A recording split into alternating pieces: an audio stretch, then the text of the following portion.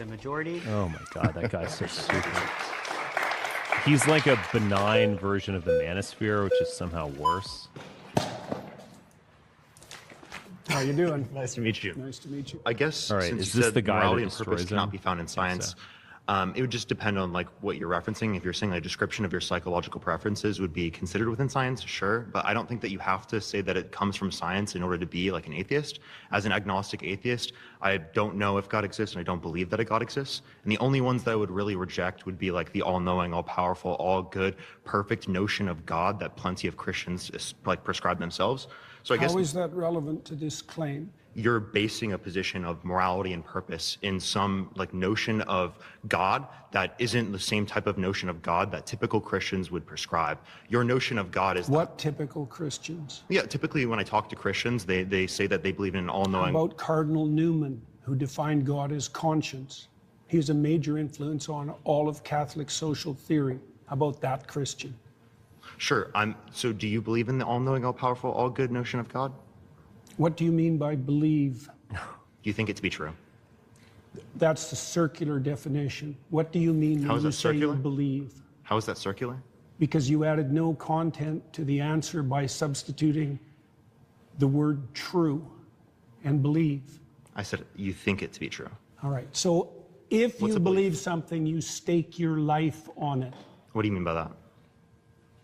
You live for it and you die for it. That's what I mean by that. It isn't something that you say. It isn't something that's associated with logical consistency. It's not declarative. It's not propositional. It's not a figment of your imagination. It's the presupposition of your attention and your action. And you're either fragmented, in which case you worship multiple gods, or there's some unity at the bottom of it that makes you an unstoppable force. So Jordan is now, he was a post-mill there for a moment, but now he sounds a lot like a Protestant fundamentalist. You know, this is my belief. There's no logic to it. It's not a proposition. This is it. And I'll die for it. You can hang me. I'll shoot your ass if you disagree with me. Like it's that he's now kind of delving into this other realm of belief. I think because he sort of dislikes this fast talking Zoomer, but Okay, so you're saying that you don't believe something if you wouldn't die for it? Not really, no. Okay. So then, How would you define belief? Something you say? Can I explain? Like, I could believe it is the case that this pen exists, but if someone like threatened my life, right, I would lie in order to be able to save my life, right? Like, I think you would do that too. You wouldn't lie to save your Don't be life? so sure. You wouldn't lie to save your life? How much do you know about me? I didn't lie to save my career. I didn't lie to save my clinical practice. Would you lie to like save your children, your mom, your dad? I don't think lying would save them. No, can there think ever be a lying's- circumstance logically that lying could save someone? Yeah, and if you're steeped in sin, you're likely to live in circumstances like that. oh god. Okay.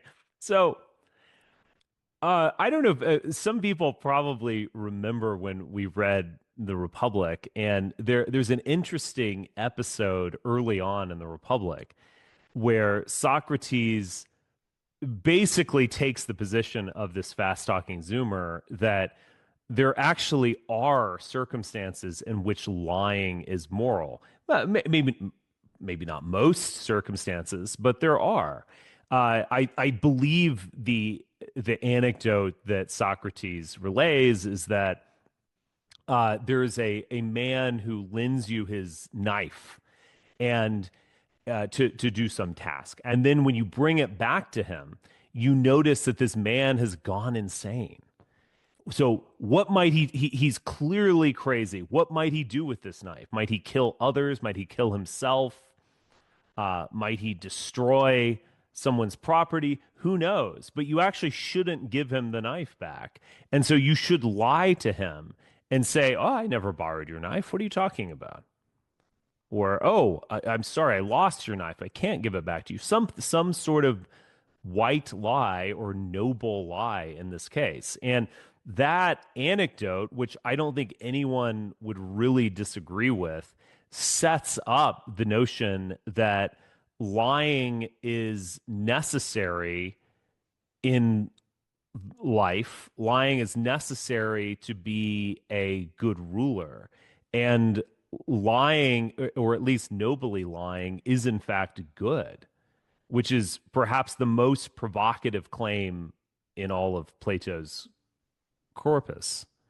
Now, Peterson has, strapped on the persona of the Protestant fundamentalist. And so he's actually going to say, I wouldn't lie if the Nazis come to my house and demand the Jews hiding in my basement.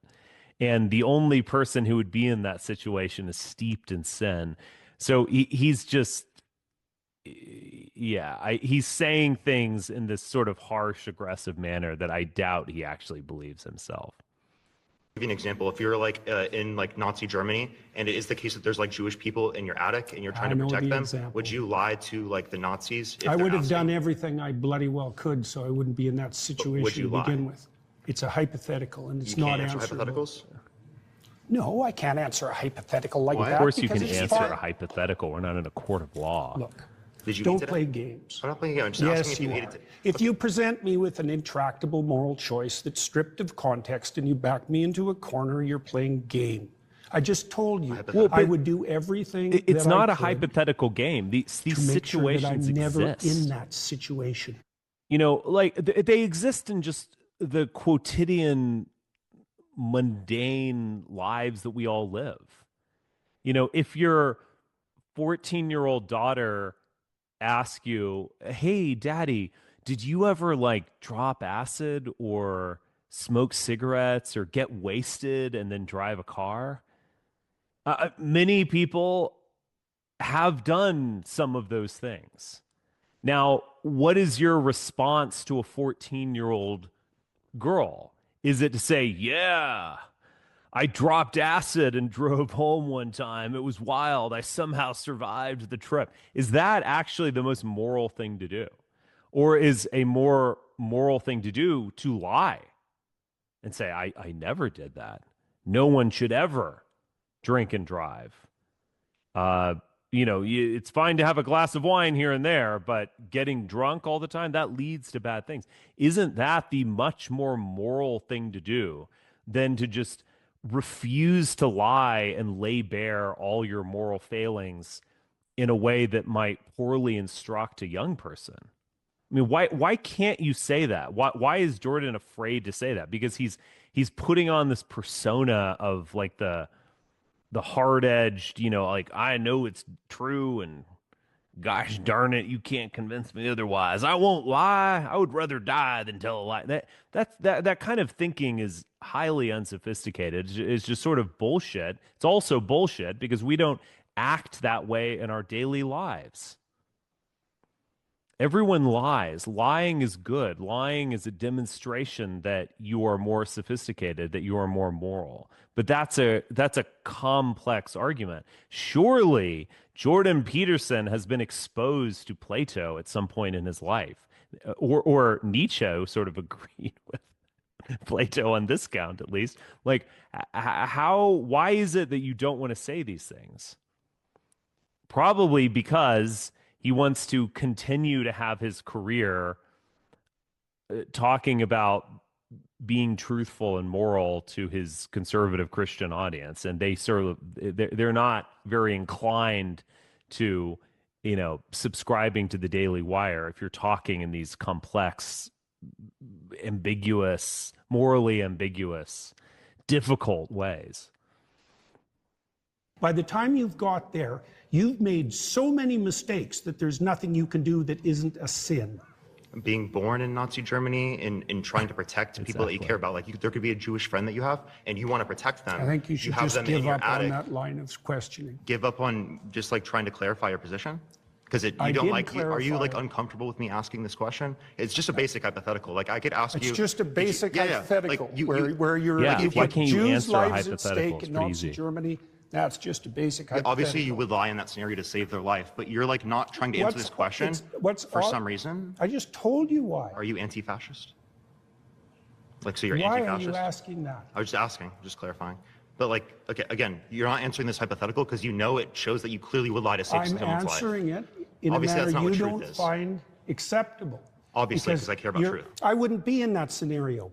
Obviously, right? You Logically, wouldn't because be in that's that already happened. Like scenario? that's in the past. You don't have a time Like to an travel average device. We're German who bringing this lives logical during the hypothetical Third up to Reich? show you that in some circumstances that do happen within the real world, you would lie to save people's lives. So your definition of truth isn't actually how we're typically using it. So what you're trying to do is you're trying to muddy the waters when I ask you, like, do you believe this? Do you think this to be true? So you don't actually have to answer the questions. And plenty of Christians don't like that because they clearly see that you don't really like want to be associated with I can Christianity with that imagine respect. that I was in a situation where the best I could do as a consequence of my previous mistakes was to tell the least amount of lie I could manage. But fine. that would likely indicate that I had made all sorts of catastrophic errors on my way there.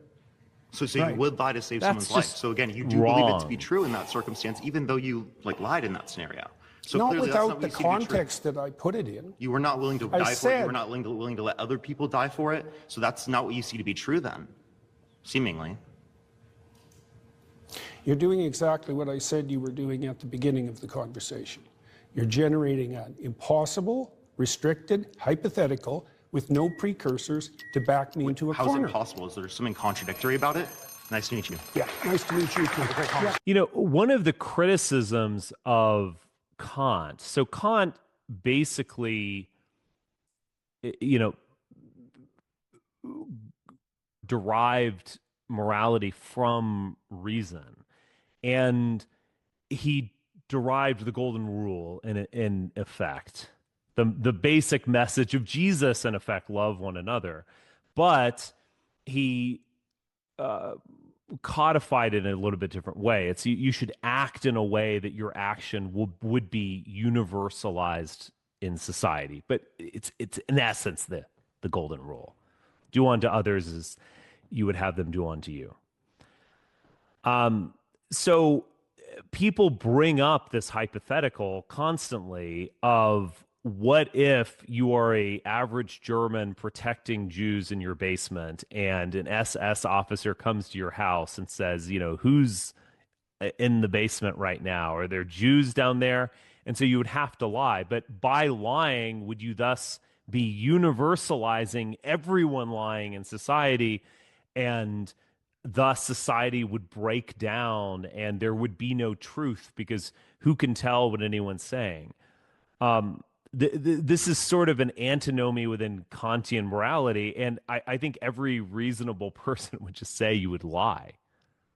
And that, in fact, there are extreme, exceptional points. There are exigents where you lie. And what that exigent is sort of tells you something very important about society. I mean, this reminds me of Carl Schmitt's notion of the who is sovereign. Sovereign is the man who is the one who decides on the exception. So that point where any sort of regulation or universality breaks down demonstrates to you something extremely important and foundational about the political order.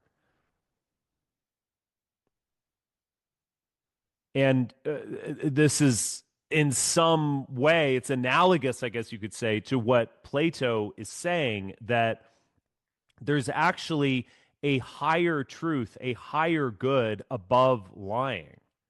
Because we are, in our quotidian lives and in major emergencies, willing to lie all the time. And in fact, lying is good.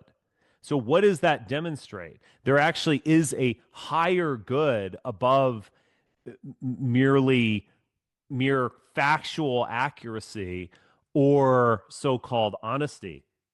And I don't know why Jordan Peterson is avoiding this. And surely at some point in his education, he has been exposed to this. Is he that afraid of losing his job? Because he can talk about how brave he was to like not call a tranny by his or her preferred pronouns. And that's all well and good.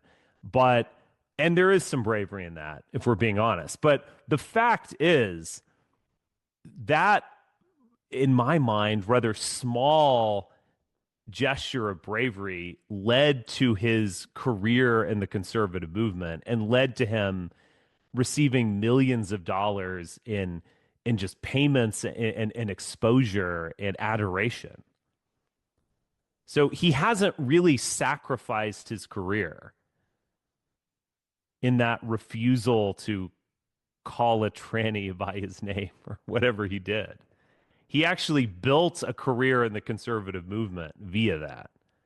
And he's now terrified of losing that career by getting at the truth, speaking, getting at the complexity of the truth, as he might himself say, of accepting the morality of lying and also just answering questions accurately and flatly. Like, do you believe in God? I don't want to hear someone deconstruct the word believe or do or God. We all know what those words mean. Do you believe in God? That means, do you believe in the God that we find in Genesis? Do you believe in the God that we find in the Gospels? That is God incarnate in Jesus, God who is a savior, God who is redeeming you from your sins, the just wrath of God, of Yahweh, that is, who should kill you for the way that you behave, to send you to hell, at the very least, for the way that you behave, for the way that you are, for the way that you inherited Adam's curse. That is God. But he doesn't want to really answer that because he doesn't actually believe in those things. And thus, he wants to play these shell games of what God is. God is the unmoved mover in the Platonic universe. God is your conscience. God is this. God is that. He's just not serious if he's not willing to lay bare these things. Because when we're in that, to go back to the example that I was delving into earlier, if your own daughter or a 14-year-old girl who's a neighbor or something comes up to you and said, have you ever dropped LSD? Have you ever gotten wasted and driven a car? Have you ever cheated on a test in high school? The answer to that is no. Any reasonable moral person would say, no, I've not done those things, because you do not want to instruct a vulnerable young person to make decisions that will destroy her life. No moral person would say, yeah, man, I dropped LSD and it was awesome. If you ever tried driving drunk, it's really fun.